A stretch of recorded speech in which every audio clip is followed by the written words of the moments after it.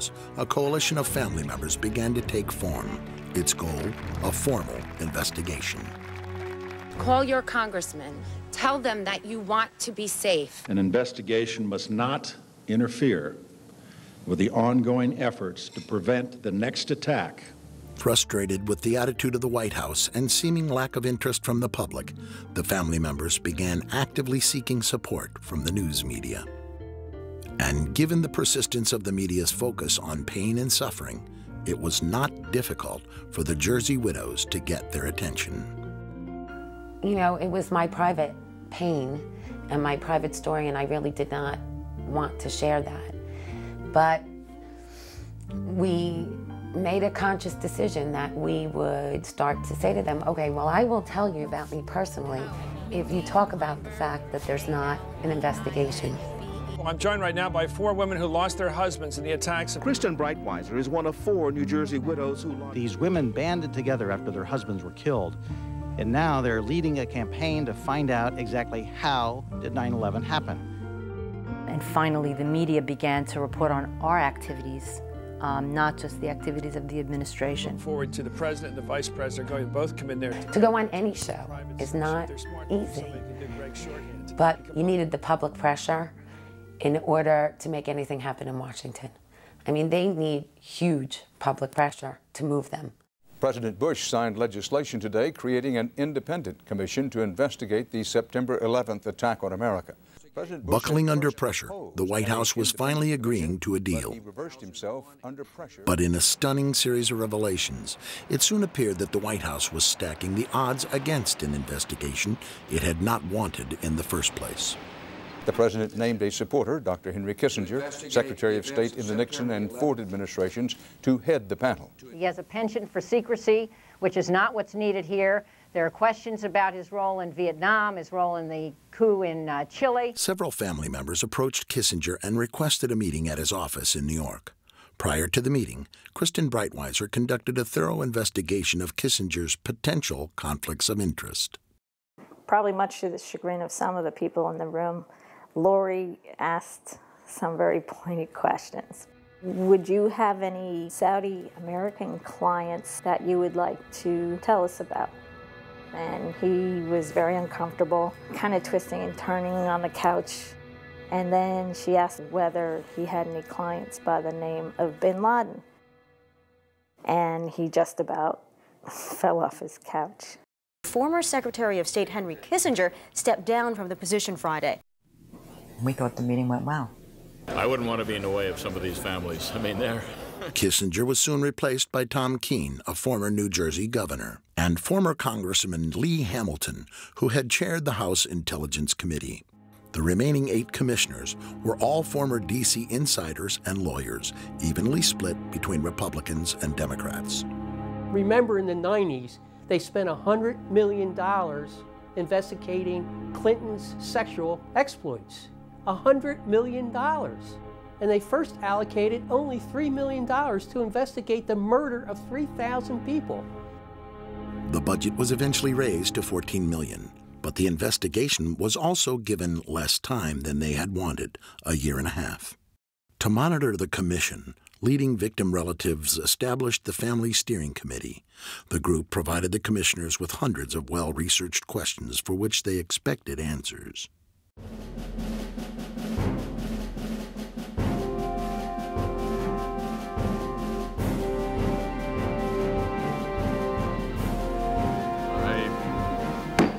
That's the official start of our first public hearing of what is going to be an extraordinarily difficult and important job. In March of 2003, 441 days after the attacks, the official investigation began in New York. Mindy Kleinberg from September 11th Advocates. On the morning of September 11th, my 3-year-old son Sam and I walked Jacob 10 and Lauren 7 to the bus stop at about 8:40 a.m. Brad was 24 years old and the oldest of our 3 sons. Family Steering Committee members were among the first to testify before the commission. Hey Mom, it's Brad. Just wanted to call and let you know, I'm sure that you heard, or maybe you haven't heard, that a plane crashed into World Trade Center 1. We're fine. We're in World Trade Center 2. I'm obviously alive and well over here, but obviously a pretty scary experience. I saw a guy fall out of probably the 91st story all the way down. So you're welcome to give a call here. I think we'll be here all day. I'm not sure if the firm's going to shut down for the day or what, but give me a call back later. I called Dad to let him know. Love you. Welcome, Mayor Michael Bloomberg of the City of New York. From the outset, many families were concerned by how the investigation was being conducted. We begged and pleaded that people should be put under oath.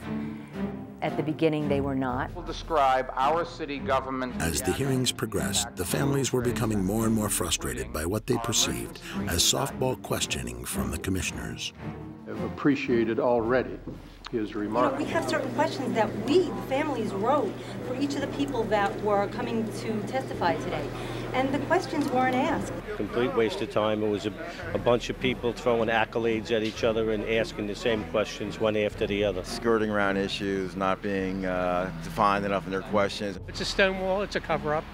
As far as I'm concerned, I'm very bitter, I'm very angry. Still, no one was prepared for what they then uncovered about Philip Zelikow, the executive director of the 9/11 Commission. He who had the power to say where the investigation was going, who would be interviewed, what would go into the 9/11 Commission report, what wouldn't. We have found out that he not only served on the transition team of the Bush administration, that he was a person who wrote a draft memo for the setup of the Bush administration's National Security Council, that he was an individual who wrote the preemptive war strategy that was eventually used for the war in Iraq, that he is a close friend of Condoleezza Rice's. We want him to resign. Philip Zelikow refused to resign, and Chairman Keene dismissed the family's concerns over conflicts of interest. Nearly a year in, the commission had only received a small amount of the documents that they had requested. At this point, what we have is literally hundreds of boxes of materials that have come into the commission, and we have not sorted through that. They gave them boxes and boxes of documents, but not left pertinent documents out. A deal announced yesterday between the White House and the commission investigating the September 11th attacks is proving to be rather controversial.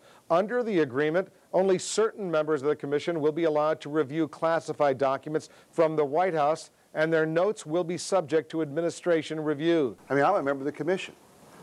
The president has said only a minority of the commission can see a minority of the documents, and then they have to clear what they're going to say to the rest of the commission with the White House. The only two commission members allowed direct access to the documents? Jamie Gorelick, the Deputy Attorney General under President Clinton, and Philip Zelikow. I felt that the fix was in at that point in time. The majority of the commission felt that it was better to see these documents rather than take a chance of not seeing them at all. It's a scam. It's absolutely disgusting. This is important. We cannot do our responsibilities if we don't have all of us access to all the documents we need, including what's in the White House. And with the investigation nearing its deadline, the President, Vice President, and National Security Advisor were still refusing to testify publicly. Yet few Americans were aware of the family's plight. Up till then, the hearings had received only minimal coverage. Suddenly, that all changed. In testimony before the 9/11 Commission later this week, and in a new book to be published tomorrow, Against All Enemies, Clark will tell the story of what happened behind the scenes at the White House before, during, and after September 11th. To the loved ones of the victims of 9/11, your government failed you. Those entrusted with protecting you failed you. And I failed you. Mr. Clark is the first person that has apologized to the families. Clark's testimony provided the families with the timely leverage they needed to increase public pressure on reluctant White House witnesses. The Bush administration will allow National Security Advisor Condoleezza Rice to testify publicly before the 9/11 Commission. For President Bush, it was a dramatic reversal. I've ordered this level of cooperation because I consider it necessary to gaining a complete picture of the months. And even the president and vice president agreed to meet with the commission, but with a catch. They insisted on meeting together behind closed doors and not under oath. President, why are you and the Vice President insisting on appearing together before the 9/11 Commission? Because the 9/11 Commission wants to ask us questions. That's why we're meeting, and I look forward to meeting with them and answering their questions. Why you're appearing together rather than separately, which was their request? Because it's a good chance for both of us to answer questions that the 9/11 Commission is looking forward to asking us, and I'm looking forward to answering them. Let's see. We have to have one story, so I'll say part, and if I get it wrong, hedge a little bit and give me the next.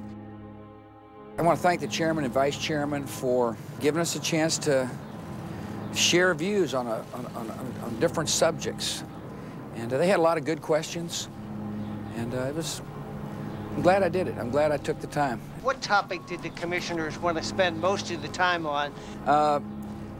It's probably best that I not go into the details of the conversation. The president and vice president of the United States, don't you think they should be able to stand up and speak their own words? They should go under oath. They should be, yeah. In public. Don't you think that the families deserve to have a transcript or to be able to see what you said? Adam, you asked me that question yesterday. I got the same answer, yeah. In July 2004, the commission published its final report, the result in part of the family's 2.5-year struggle for answers. 2.5 million pages of documents. We've interviewed over 1,200 individuals, including experts and officials past and present. And you've produced a truly bipartisan report that honors the thousands who died on 9/11, honors their grieving family members. Thank you for creating a report that may be one of the most important publications of our age. Commission members have worked hard and served our country well. I speak for all Americans in thanking them for their fine work. We, waited for the report to come out and were hopeful. I was always hopeful that we would get a report that answered my questions. However, the commission report failed to meet many of the family's expectations and concluded that 9/11 was merely a failure of imagination. The percentage of the questions that got answered was very, very low. I'd say maybe 30% got touched upon, 70% didn't. The stuff that's included is the stuff that they really didn't have too much choice in including because they knew what we knew. You can do an investigation, and if you don't really want to research an area, you just don't look at it. If you don't ask them all the questions or you don't let them tell you the whole story, then you could write a report based on half-truths.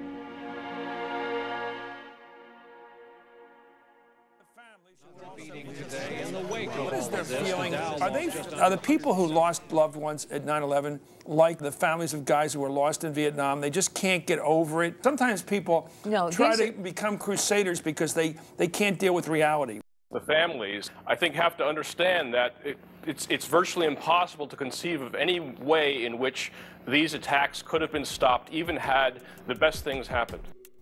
On 9/11, the media started out by doing its job and somehow got waylaid and stopped doing its job. It began reporting solely on the administration and the government's